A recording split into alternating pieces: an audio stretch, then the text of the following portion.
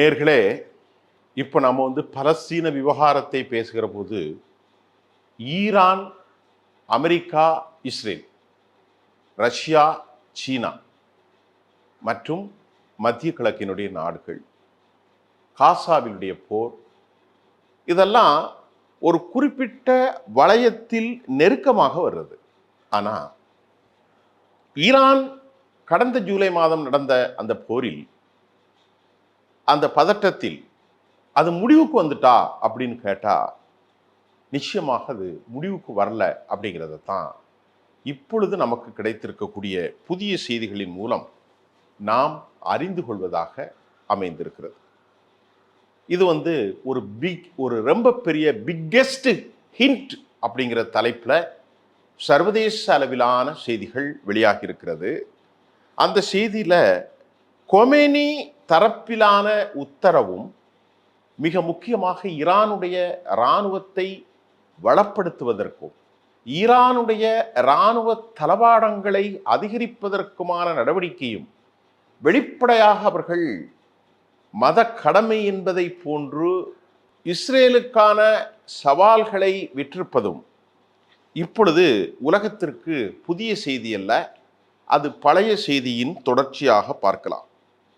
Iran தற்போது ஒரு powerful defence country மட்டுமல்ல, அவர்கள் ஒரு பவர்ஃபுல் டிஃபென்ஸ் காரிடார்ஸ், அந்த நிலைகளை வலுப்படுத்தி அதற்கான ஒரு கூட்டமைப்பை, பாதுகாப்பு, இன்டர்நேஷனல் நேஷனல் செக்யூரிட்டிக்கான ஒரு பெரும் அமைப்பை மீண்டும் உயிர் கொடுத்திருக்கிறார்கள் என்பதை நாம் பார்க்கிறோம். இந்த அமைப்பு ஹெட் ஆஃப் த கவுன்சில், இராணுவத்தினுடைய இந்த ஹெட் ஆஃப் த கவுன்சில் 1980ஆம் ஆண்டு 10 லட்சம் பேர் மரணித்து போன ஈராக்குடைய வாரில் அது ஆக்டிவாக்கப்பட்டது. அதற்கு பிறகு 40 ஆண்டுகள் தாண்டி இப்பொழுது அதற்கு அந்த டிஃபென்ஸ் காரிடார், இந்த defence head of the defence council, அதற்கு புதிய தலைமை கொடுத்திருக்கிறார்கள். அதில் யாரெல்லாம் இருக்கிறார் அப்படின்னு பார்த்தா, ஈரானுடைய பிரசிடென்ட் மசூத் பெசஸ்கியான், ஈரானுடைய சபாநாயகர் முகம்மது பக்கர் காலிபாப், ஈரானுடைய மிக முக்கியமான இராணுவ தலைவர்கள், ஆலோசகர்கள், சுப்ரீம் லீடருடைய ஒரு குழு, எல்லாரும் இணைந்துதான் இந்த கவுன்சிலுடைய அங்கமாக மாறியிருக்கிறார்கள். தற்போது இந்த கவுன்சில் 1980க்கு பின்பு தற்போது அவர்கள் உருவெடுத்திருப்பதை நாம் பார்க்கின்ற போது, இந்த கவுன்சில் அவசர கதியில் இராணுவத்தை வலிமைப்படுத்துவதற்கான செய்திகளை அவர்கள் தொடர்ந்து பேசிக் கொண்டிருக்கிறாங்க. இராணுவத்தினுடைய ஸ்ட்ரென்த் என்ன? சில மாதங்களுக்கு முன்பு நடந்த அந்த தாக்குதல்ல நாம் ஏமாந்தோம். 30க்கும் மேற்பட்ட நம்முடைய இராணுவ வீரர்களை, நம்முடைய வலிமையான விஞ்ஞானிகளை, ஐஆர்ஜிசியினுடைய தலைவர்களை எல்லாம் கொலை செய்து விட்டார்களே, இந்த உளவாளிகளை அழிப்பது எப்படி? ஏர் டிஃபென்ஸ் சிஸ்டத்தில் நமக்கு என்ன கோளாறு இருந்தது? ஏர் டிஃபென்ஸ் சிஸ்டத்தை நாம் இனி எப்படி வலுப்படுத்த வேண்டும்? அமெரிக்கா இஸ்பஹானில், நட்டான்ஸிலும், ஃபர்தோஸிலும் குண்டு போட்டது என்ன? ஏர் ஸ்ட்ரைக் எப்படி செய்தார்கள்? நாம் என்ன தவறை செய்தோம்? இதைத்தான் இந்த head of the defence council Masoud Pezeshkian, சபாநாயகர் முகமது பக்கர் கலிபாப் மற்றும் ஏராளமான தலைவர்களின் பால் இது செயல்பட ஆரம்பித்திருக்கிறது. மிக முக்கியமாக இந்த கூட்டணியில் அலி லாரிஜானி, இவரை நான் உங்களுக்கு பலமுறை சொல்லியிருக்கிறேன். இவர் கொமினியுடைய நெருக்கமான சுப்ரீம் தலைவருடைய ஆலோசகர். அவரும் கூட அந்த ஹெட் ஆஃப் தி செக்ரட்டரி கவுன்சிலில், டிஃபென்ஸ் கவுன்சிலுடைய ஒரு தலைமை பொறுப்பிலாக அவர் அனுமதிக்கப்பட்டிருக்கிறார். அவருக்கு இடம் வழங்கப்பட்டிருக்கிறது. எஸ்என்என்சி செக்ரட்டரி அவர் மிக விரைவிலே நியமிக்கப்பட போகிறார் என்பதையும் நாம் அறிந்து கொண்டிருக்கிற முடிகிறது. அலி லாரிஜானி த ரீப்ளேசர் அலி அக்பர் அஹ்மதனி அவர்களுக்கு பதிலாக கடைசி இவரை ஈடுபடுத்தி இருக்கிறார்கள். நல்லா தெரிஞ்சுக்கிடுங்க, இந்த கவுன்சில்ல ஏற்கனவே இருந்த தலைவர்களை அவர்களுடைய செயல்பாட்டின் அந்த அளவிலே, அந்த கிரிட்டீரியா அளவிலே பலரை வெளியே எடுத்துவிட்டு அலி லாரிசானி, இவர் கொமெனியுடைய ஆலோசகர், ரொம்ப ஒரு எஃபிஷியன்ஸ் மூடானவர், இவரை அந்த டிஃபென்ஸ் கவுன்சில்ல ஆக்கியிருக்கிறார்கள். ஏற்கனவே இருந்திருக்கக்கூடிய அஹ்மதானி, அலி அக்பர் அஹ்மதானியை எடுத்திருக்கிறாங்க. அப்ப இப்ப அவங்க மறு உருவாக்கம் செய்வது, பெசஸ்கியானை போட்டிருப்பதெல்லாம் இப்ப ஏன் இதெல்லாம் நடக்கிறதுன்னா, அடுத்த கட்ட போரை அல்லது வேறு வித நிலைக்கு ஈரான் தயாராகி வருகிறது. அதை சுத்தி நான் அமெரிக்காவுடைய செய்திகளையும் உங்களுக்கு சொல்ல காத்திருக்கிறேன்.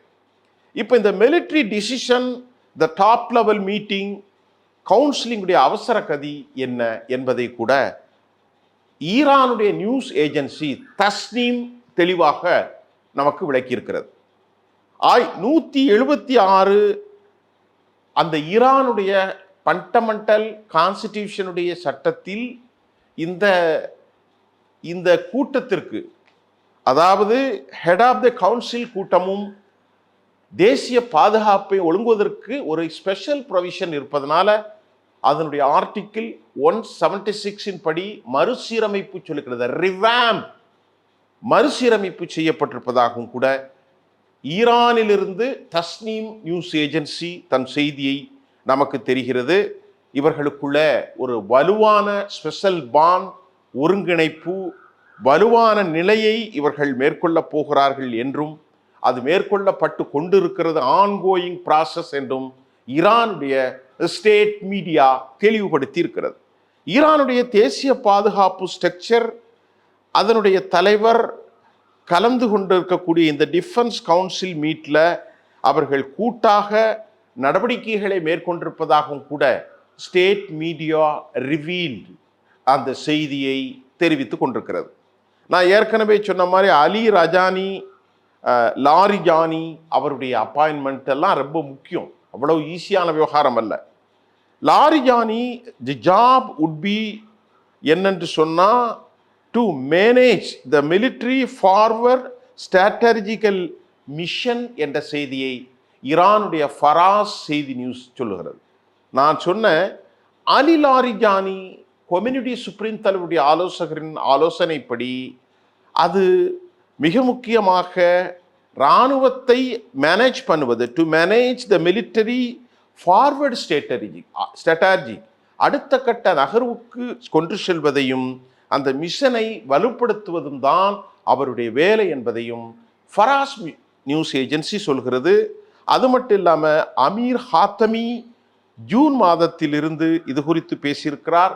அமீர் ஹாத்தமி மிக முக்கியமான ஆளுமை. அவருடைய கருத்தின் அடிப்படை we have been waiting, next attack ரெடியாக இருக்கிறோம், ட்ரோன்கள், மிசைல்கள் ரெடி ஃபார் நெக்ஸ்ட் ஆபரேஷன் என்ற செய்தியையும் அலி ஹாத்தமி ஓப்பனாக சொல்லியிருக்கிறார். இதற்கிடையில சீனாவிலிருந்து C-10J 40க்கு மேற்பட்ட ஏர் ஸ்ட்ரைக் விமானங்கள் அங்கே வாங்கப்பட்டிருக்கிறது. அதே போன்று F-35க்கு பதிலாக C-35, C-10G மாதிரி அதற்கு மாற்றாக ஒரு 35 அதற்கும் அக்ரிமெண்ட் போட்டிருப்பதாகவும் சீனாவில் இருந்த செய்தியும் நமக்கு தெரிவிக்கின்றது.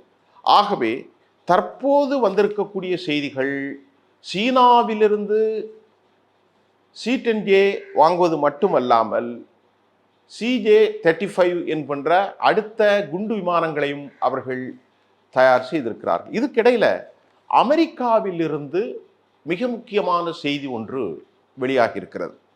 இந்த செய்தியை வெளியிட்டவர் தியோடர் ஃபாஸ்டல். அமெரிக்காவுடைய இந்த தியோடர் ஃபாஸ்டல் யார்? முன்னாள் பென்டகனுடைய அட்வைசர், அணு ஆயுத நிலைகளை குறித்து ஆய்வு செய்யக்கூடிய இவர். அநேகமாக இவர் ஒரு யூதராக இருக்கலாம், ஏனென்றால் தியோடர் ரஸ்ஸல்ஸ் என்கின்ற பெயர்கள் எல்லாம் அவர்களிடத்து தான் வரும். அவர் என்ன சொல்லியிருக்கார்? அவருடைய கட்டுரை சர்வதேசத்தில் வந்திருக்கிறது. அவர் ஒரு MIT ப்ரொஃபஸர். அவருடைய கருத்துக்கள் படி ஈரானுடைய என்ரிச் செய்யப்பட்டிருக்கக்கூடிய நிலையில் அவர்களுடைய ஆயுதங்கள் அவர்களுடைய தாக்குதலுக்கு வல்லமையாக உலக அளவில் அவர்கள் பெரும் தாக்குதலை ஏற்படுத்தியிருப்பது இவருடைய கருத்தாக இருந்தாலும் இவர் என்ன சொல்லுகிறார்னா, ஈரான் அணு ஆயுதத்தை வெளிப்படுத்த மறுத்திருக்கிறது. ஆனால் ஈரான் அணு ஆயுதத்தை தயாரித்து வெடிகுண்டாக அணுகுண்டாக நியூக்ளியர் பாமாக மாற்றுவதற்கு நாளை அல்லது நாளை மறுநாள் அல்லது ஏற்கனவே செய்து வைத்திருக்கிறார்கள் என்பதை தியோடர் ரஸ்ஸல் தெளிவாக சொல்லியிருக்கிறார். தியோடர் ரஸ்ஸல்ஸ் மற்றொரு கருத்துல சொல்றாரு, அமெரிக்காவிலிருந்து இஸ்ரேல் வெளிப்படுத்தினாங்களா? இஸ்ரேல் வெளிப்படுத்தல. அப்ப ஈரான் எப்படி வெளிப்படுத்தும்? ஈரானும் வெளிப்படுத்தல. அன்டெக்ளர்ட்.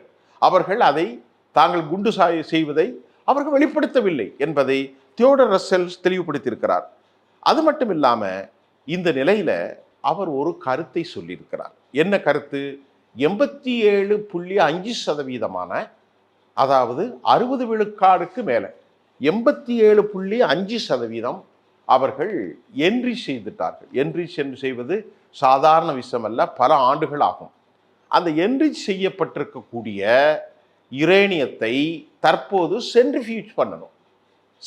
சென்ட்ரிஃபியூஜ் என்ற ஆங்கில வார்த்தை அதை மைய நிலைப்பாட்டுக்கு கொண்டு வருவார்கள். என்ரிச்மெண்ட் என்று செய்து சொன்னால் அதை உருவாக்கி அதை உருவேற்றி மைய நிலைப்பாடு சுற்று மையத்து கொண்டு வந்து விட்டால் அது ரொம்ப ஈஸியாக நெக்ஸ்ட் ப்ராசஸாக அது நியூக்ளியர் பாமாக வடிவெடுத்து விடும். இந்த லெவலில் தியோடர் ஃபஸ்டல் என்ன சொல்கிறார் என்றால், அந்த இலக்கை 409 கிலோ அல்லது அரை டன்னுக்கு சற்று அளவில் 87.5% 60%க்கு அதிகமான அணுகுண்டுகளை அவர்கள் உருவாக்கி விட்டார்கள் அல்லது நாளை உருவாக்கி விடுவார்கள். தெளிவாக்கிட்டாரா? சொல்லிட்டு அவர் சொல்றாரு, இதெல்லாம் ஏன்பா நீங்கெல்லாம் அமெரிக்க அதிபர் டொனால்ட் ட்ரம்ப்கிட்ட யாரும் சொல்லலையா என்ற கேள்வியும் தியோடர் ஃபஸ்டல் எழுப்புகிறார். ஏன் நீங்க சொல்லல என்ற கேள்வியும் அவர் எழுப்புகின்றார். அதே சமயம் இந்த வெடிகுண்டுகளை 10க்கு மேற்பட்ட வெடிகுண்டுகளை இதன் மூலம் செய்து விடலாம் என்பதையும் அவர் சொல்லியிருக்கிறார். அது அவர் சொல்றாரு, நீங்க இஸ்பஹான்ல தாக்குனீங்களே, இந்த தாக்குதலின் மூலம் என்னத்தை சாதிச்சீங்க? ஒன்னையுமே தாக்கல, லேசா ஒரு சேதாரம் மட்டும்தான் இருக்கு. ஆனா இப்ப அவங்கள்ட்ட இருக்கக்கூடிய அதன் மூலமாக கிட்டத்தட்ட 15,000 வாட்ஸ் மின் உற்பத்தியை ஒரு 1500 ஸ்கொயர் ஃபீட்டுக்குள்ள உட்கார்ந்து அவர்கள் மின் உற்பத்தி செய்துவிட முடியும். ஒன்று வேணா நீங்க செஞ்சிருப்பீங்க, இஸ்பஹான்ல கொஞ்சம் சர்ஃபேஸ் லேயர்ல தாக்குதலை பண்ணீங்க, அதுதான் பண்ணியிருக்க முடிஞ்சது. நட்டான்ஸ்லேயோ ஃபர்தௌஸ்லேயோ கடல்ல இருந்தால் மிசைல் மூலம் தாக்குனீங்க. அந்த B2 பாம்பர்ஸ் மூலம் GBU-57 குண்டுகளை இஸ்பஹான்ல போட்டீங்க, அது ஒரு பெரிய வேலை செய்யல. ஆனாலும் அவர்கள் உருவாக்கி இருக்கிற இதில் வச்சு 1500 கிலோமீட்டர்ல 15,000 வாட்ஸ் அணு உலைகளின் மூலம் மின்சாரத்தை அவர்கள் தயாரித்து நாட்டிற்கு வழங்கும் வல்லமையில் வந்து விட்டார்கள் என்பதையும் தியோடர் ஃபஸ்டல் தெளிவுபடுத்தி இருக்கிறார். தோழர்களே, 50% யுரேனியம் எரியூட்டப்பட்ட இந்த விவகாரத்தில் எல்லா விவகாரத்தையும் அவர் தெளிவுபடுத்திய பின்பு இப்போ புரியுதா அமெரிக்கா ஏன் ஈரானை ஆட்ட முடியாமல் அசைக்க முடியாமல் அமைதியாக உருக்குலைந்து போயிருக்கிறது என்பதை அமெரிக்காவுக்கு ஒரு தியோடர் ரஸ்டல் மட்டுமல்ல, லட்சக்கணக்கான தியோடர் ரஸ்டல்கள் ஈரானுடைய வலிமையை பற்றி சொல்லியிருக்கிறார்கள். ரெண்டாவது, தியோடர் ரஸ்டல் தன் கருத்தில் என்ன சொல்றாருன்னா, நல்லா கவனிங்கப்பா, ICBM அவர் சொல்றார், inter continental ballistic missile, ICBM. இந்த பாலிஸ்டிக்ஸ் மிசைல்ல இன்னைக்கு உலக அளவில் அவங்க 5000 கிலோமீட்டர் அளவுக்கு தாக்கக்கூடிய வல்லமை ஈரான் பெற்றாச்சு. தியோடர் ஃபஸ்டல் சொல்றார், இப்போ ஈரான் ஆயுத சமநிலை என்ற கட்டத்தை மீறி ஈரான் அமெரிக்காவுக்கு சமமான ஒரு நாடாக மாறிவிட்டது. தியோடர் ஃபஸ்டல் கருத்து நீங்க போய் பாருங்க, டெக்கன் ஹெரால்ட கூட அந்த கண்ட்ரி வந்திருக்கு. நிறைய உலகத்துல நிறைய ஆங்கில நாளிதழ்கள்ல தியோடர் ஃபஸ்டலுடைய கருத்து வெளியாயிருக்கிறது. நீங்க சர்ச் பண்ணி பாருங்க, அன்டெக்ளர்ட் அப்படின்னு அடிச்சாலே தியோடர் ஃபஸ்டலுடைய கருத்து தெளிவாயிரும். அதுல அவர் என்ன சொல்லியிருக்கிறார் அப்படின்னா, இந்த ICBM inter continental ballistics மிசைலில் 6 warheads இருக்கும். அதைத்தான் அவர் சொல்றார். அதில் ஒரு கன்வர்ஷனல் அட்டாக் செய்யலாம், நார்மலா மிசைல் வச்சு அடிக்கலாம். ஆனால் தியோடர் ஃபர்ஸ்டர் என்ன சொல்றாரு, இந்த ஐசிபிஆர் மூலம் அவர்கள் நியூக்ளியர் வெப்பன்ஸை அதில் பொருத்தி அடித்து தொலைச்சிருவாங்க. அதில் 2000க்கும் மேற்பட்ட 2 டன்னுக்கு மேலே அணு ஆயுதங்களை பொருத்தி அடித்தா இஸ்ரேல் உருக்குலைந்து போயிடும் அப்படிங்கிறத தான் தியோடர் பஸ்டர் சொல்கிறாரு. அமெரிக்காவுக்கு இதெல்லாம் தெரியாதா என்ற கேள்வியும் அவர் எழுப்புகிறார். ஆயுத சமநிலை காரணமாக அமெரிக்கா தற்போது அச்சம் கொள்வதாகவும் தியோடர் பஸ்டர் சொல்கிறார். இப்போ புரிஞ்சுக்கிடுங்க, ரஷ்யா அமெரிக்காவை தாண்டி யாரும் அணு ஆயுதத்தை தயாரிக்க முடியாது.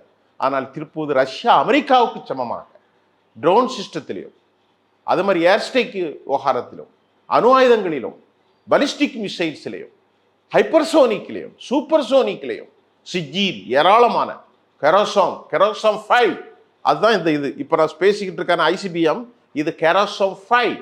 அதுக்கு குர்ரம் என்ற வார்த்தை சொல்றாங்க அரபி இலக்கியங்கள். குர்ரம் என்று சொன்னால் அது அந்த ஷியாப்ரியில், ஷோர் என்று சொன்னால் குர்ரம், ஷோர் என்று சொன்னால் சிங்கம் என்று சொல்கிறார்கள். ஆக்சுவலி கெரோம் ஷோர் அல்ல, குர்ரம் ஷோருங்கிறது தான் கரெக்ட். ஆனால் சர்வதேச அளவில் அதற்கு சோகால் கெரோம் ஷோர் என்று அழைப்பதால் நானும் கெரோம் ஷோர் என்று உங்களுக்கு அழைக்கிறேன்.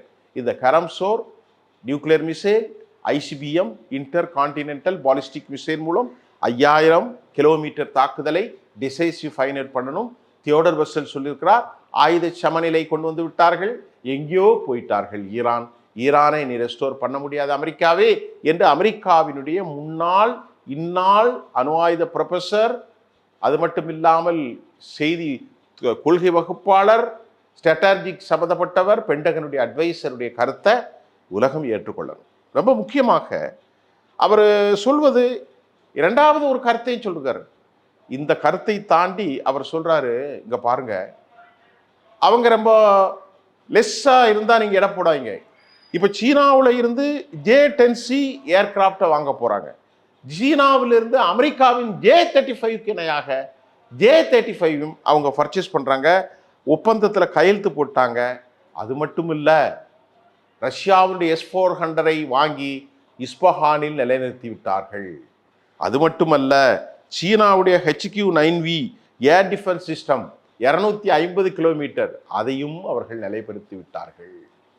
சீனாவுடைய இந்த HQ-9V ஏர் டிஃபென்ஸ் சிஸ்டம் குறைந்த தூர தாக்குதலை 250 கிலோமீட்டருக்கு முன்னால் வந்தால் அடித்து துவம்சம் செய்யக்கூடிய இந்த HQ-9V ஏர் டிஃபென்ஸ் சிஸ்டத்தை அவர்கள் ஆயிலை கொடுத்து வாங்குகிற செய்தியும் நேற்று முன்தினம் வந்திருக்கிறது என்பதையும், அதை அவர் சொல்லலை, அதை நான் சொல்கிறேன்.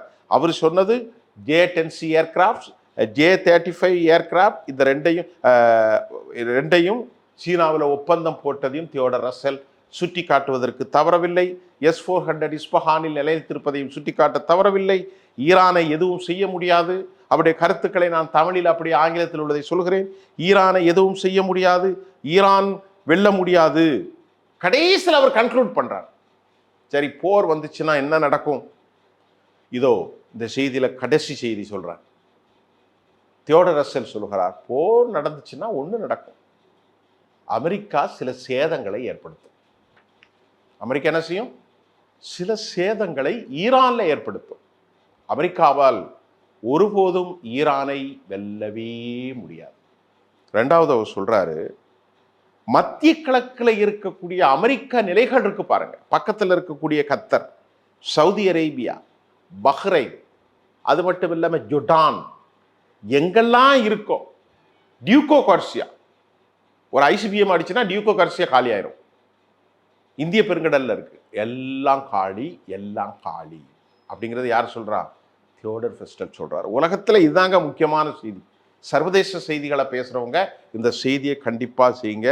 ஆகவே அமெரிக்கா சார்ந்த நாடுகளும் முழுமையாக அழிந்து போகும், அவர்கள் தளங்கள் அழிக்கப்பட்டுவிடும் என்பதை தியோடர் ரசல் தன் கருத்தில் தெளிவுபடுத்தியிருக்கிறார். இப்போ புரியுதா அமெரிக்கா ஏன் அமைதியா இருக்கிறாங்கன்னு, அமெரிக்கா ஏன் மிரட்டிட்டு இருக்கிறாங்கன்னு, அமெரிக்கா ஏன் அச்சப்படுகிறார்கள் என்பதை நாம் இப்பொழுது உங்களுக்கு சொல்லியிருக்கிறோம். மீண்டும் பல புதிய செய்திகளோடு சந்திப்போம். நன்றி.